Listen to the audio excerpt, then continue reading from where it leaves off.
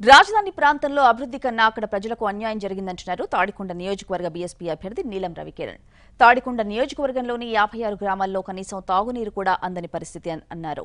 అనేక గ్రామాల్లో ఉందని తాడికొండ నియోజకవర్గంలో మౌలిక సదుపాయాలు కల్పించే బాధ్యత తీసుకుంటానని అంటున్న తాడికొండ బీఎస్పీ అభ్యర్థి రవికిరణ్తో మా correspondent Krishna face to face. ఈ నెల 11న జరగనున్న సార్వత్రిక ఎన్నికలు సమీపిస్తున్న వేళ అభ్యర్థుల ప్రచారం జోరందుకుంది. ప్రస్తుతం రాష్ట్రంలో అందరి చూపు ఒకే నియోజకవర్గంపై ఉంది. ఇక్కడ ప్రధానంగా గుంటూరు జిల్లాలో ఉన్న తాడికొండ, ఈ తాడికొండ నియోజకవర్గానికి ఒక ప్రత్యేకత ఉంది. రాజధాని ప్రాంతంలో ఉన్న నియోజకవర్గం ఇది. అయితే ఈ నియోజకవర్గంలో ప్రధానంగా 3 పార్టీలు తలపడతా ఉన్నాయి. అధికార టీడీపీతో పాటు వైసీపీ, అలాగే జనసేన బలపరిచిన బీఎస్పీ అభ్యర్థి రంగంలో ఉన్నారు. అయితే రాజధాని ప్రాంతంలో ఏ మేరకు ఆ అభ్యర్థి ప్రభావం చూపిస్తారు, ఎందుకు ఇక్కడి నుంచి పోటీ చేస్తూ ఉన్నారనేది తెలుసుకునే ప్రయత్నం చేద్దాం. సార్ నమస్తే, చెప్పండి, తాడికొండ నియోజకవర్గంలో మీ గెలుపు అవకాశాలు ఎలా ఉన్నాయి, ప్రజల నుంచి ఎలా ఉంది స్పందన? అధికార ప్రతిపక్షాలకు దీటుగా మేము ప్రచారం చేయటం అనేది జరిగింది.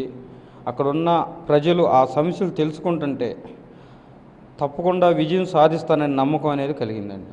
అంటే బయట ప్రపంచానికి ఎలా ఉందంటే రాజధాని ప్రాంతం టీడీపీ ఇక్కడ చేయాల్సినవి మొత్తం చేసిందని చెప్తా ఉన్నారు. అభివృద్ధి పెద్ద ఎత్తున జరిగిందని చెప్తున్నారు. మీ పార్టీకి ఎలా వేస్తారు ఓటు? టీడీపీని కాదని మీ పార్టీకి ఎలా వేస్తారు? అభివృద్ధి ఏంటండి, అక్కడ రాజధాని ఏరియాలో రైతులు రాజధాని ఏరియాకి భూములు ఇచ్చారు. ఇస్తే వాళ్ళకి 1200 గజాలు స్థలం గవర్నమెంట్ ఇచ్చి ఒక హామీ ఇచ్చింది. 2 సంవత్సరాల్లో డెవలప్ చేస్తానని చెప్పింది. కానీ ఆ పేద రైతులకి అట్లీస్ట్ ఐడెంటిఫై చేశారు, కానీ స్థలము ఇంతవరకు డెవలప్ చేసి ఇవ్వలేదు. ఒకటి, అక్కడ పర్టికులర్గా అన్ఎంప్లాయ్మెంట్ ఉంది. చిన్నకారు రైతులు అన్ఎంప్లాయ్మెంట్ ఉంది. అదర్ అవుట్ సోర్స్ నుంచి వచ్చిన వాళ్ళ చేత పని చేస్తున్నారు, కానీ లోకల్లో మాత్రం ఘోరమైన పరిస్థితి. సరైన పని లేక, కూలి పని లేక, చదువుకున్న వాళ్ళకి ఎంప్లాయ్మెంట్ లేక దీనమైన స్థితిలో వాళ్ళు ఉన్నారు. ఆ ప్రభుత్వ వ్యతిరేకతే మాకు కలిసి వస్తుందండి. మీరు ప్రధానంగా చెప్పండి, ఇంకా ఏ సమస్యలు గుర్తించడం జరిగింది, అనుకున్న స్థాయిలో అక్కడ అభివృద్ధి జరిగిందా లేదా? అభివృద్ధి అనేది అక్కడ కామన్ మ్యాను, రైతులు, మిడిల్ క్లాస్ ఫ్యామిలీ అనేది ఏం అభివృద్ధి అనేది జరగలేదండి. రాజధాని ఏరియాలో వరకు సెక్రటరీ తాత్కాలికంగా హైకోర్టు అవన్నీ ఇచ్చారే, కానీ అక్కడున్న ప్రజలకు మాత్రం ఎలాంటి అభివృద్ధి అనేది జరగలేదు, ఎలాంటి న్యాయం అనేది జరగలేదు. మీ పార్టీ మీరు ఒకవేళ ఎమ్మెల్యేగా గెలిస్తే ఏం చేయబోతా ఉన్నారు, ఎలాంటి ప్రణాళికలు ఉన్నాయి? బహుజన్ సమాజ్ పార్టీ యొక్క మేనిఫెస్టో అనే రాజ్యాంగంలో ఉన్న అమలు, ఒక పేదవారు ఎవరైతే ఉన్నారో అక్కడ ఎస్సీ సామాజిక వర్గానికి సంబంధించిన వ్యక్తులు ఎక్కువ అండి. ప్రతి పేదవాడికి 3 ఎకరాల భూమి, ఉండటానికి ఇల్లు, ఉచిత విద్య, ఉచిత ఆరోగ్యం, ఇది మా మేనిఫెస్టో. తప్పకుండా అక్కడ సమస్య కూడా అదే. రాజధాని అని చెప్పి పాపం ఆంధ్రప్రదేశ్ మొత్తం ఇక్కడ ఏదో కోటీశ్వరులు ఉన్నారు అంటున్నారు, కానీ వాస్తవంగా అక్కడ దయనీయమైన పరిస్థితి. ఏ పరిస్థితి అంటే, ఒక కారు వెళ్ళారంటే కారును చూసి కూడా ఆశ్చర్యంగా ఆ కారు వెనకాల పిల్లలు బట్టలు లేకుండా కారు వెనకాల పడుతుంది. అంత దయనీయమైన స్థితి అనేది అక్కడ కనపడుతుందండి. అంటే అక్కడ మౌలిక సదుపాయాలు కలుగజేయడానికి కానీ లేదా ఇతర కార్యక్రమాలకు కానీ మీరు ఎలాంటి ప్రణాళికలు చేయబోతున్నారు? సార్, అక్కడ మౌలిక సదుపాయాలు అంటే ఒకటే సార్, చిన్న లాజిక్. రాజధాని ఏరియా, అన్ఎంప్లాయ్మెంటు, కొన్ని ఇండస్ట్రీస్ వచ్చినాయి ప్రైవేటుగా. రాజ్యాంగం చెబుతుంది మనకి, ఒక సెంట్రల్ గవర్నమెంటు ఇండస్ట్రీ పెడితేనే రైతు కనుక ఒకసారి ఇండస్ట్రీకి భూమి ఇస్తే గవర్నమెంట్ చెబుతుంది రాజ్యాంగంలో, ఎవరైతే భూమి ఇచ్చారో ఇంట్లో అట్లీస్ట్ ఒకరికన్నా గవర్నమెంట్ ఎంప్లాయ్మెంట్ అనేది ఇవ్వాలనేది రాజ్యాంగం చెబుతుంది. అది ఇక్కడ అమలు కాల. ఒకటి, అక్కడ అన్ఎంప్లాయ్మెంట్ కనుక సాల్వ్ చేయాలి అనుకుంటే అక్కడ ఏదైతే ప్రైవేటు ఆర్గనైజేషన్ ఇండస్ట్రీస్ వచ్చినాయో అక్కడ 40% స్థానికులకి ఎప్పుడైతే మనం కల్పిస్తామో ఆ రైతులకి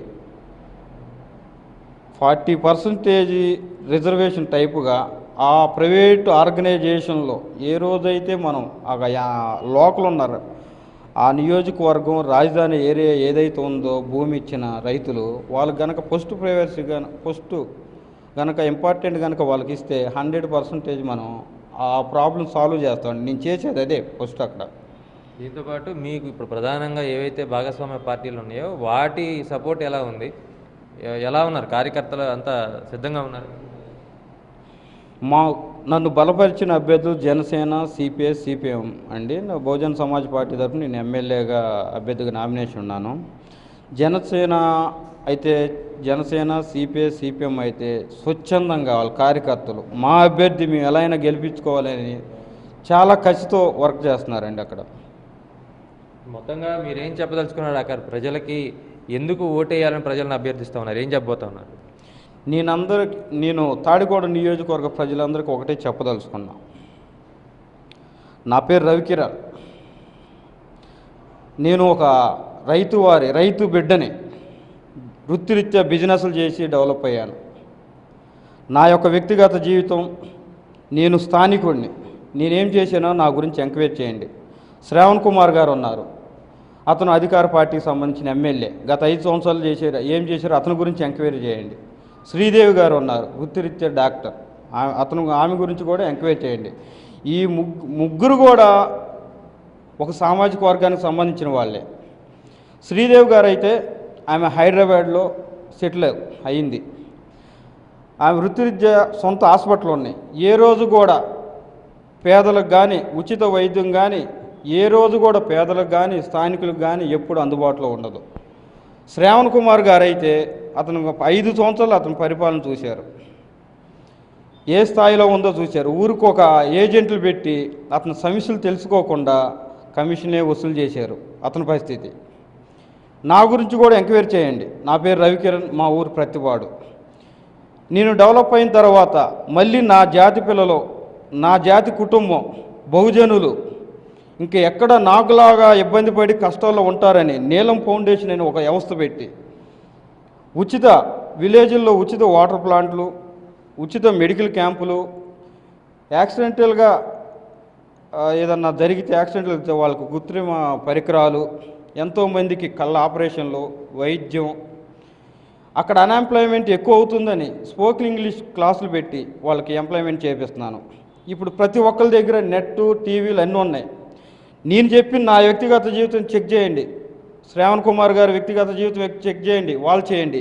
ఎవరు మిడిల్ క్లాస్ ఫ్యామిలీకి, స్థానికులకి అందుబాటులో ఉండేరో ఒకసారి మీరందరూ పరిశీలించి మీకు సేవ చేస్తాను, మీకు అందుబాటులో ఉంటానని మీ అందరికీ తెలియజేస్తున్నాను. ఎవరైతే వర్క్ చేస్తారో, ఎవరైతే మీ బిడ్డ ఇన్నాళ్ళు మావను చూసి ఓటేశారు, అల్లుడికి తండ్రిని చూసి కొడుకు ఓటేశారు, మీ బిడ్డగా రైతు బిడ్డగా మీ దగ్గరికి వచ్చాను సేవ చేద్దామని.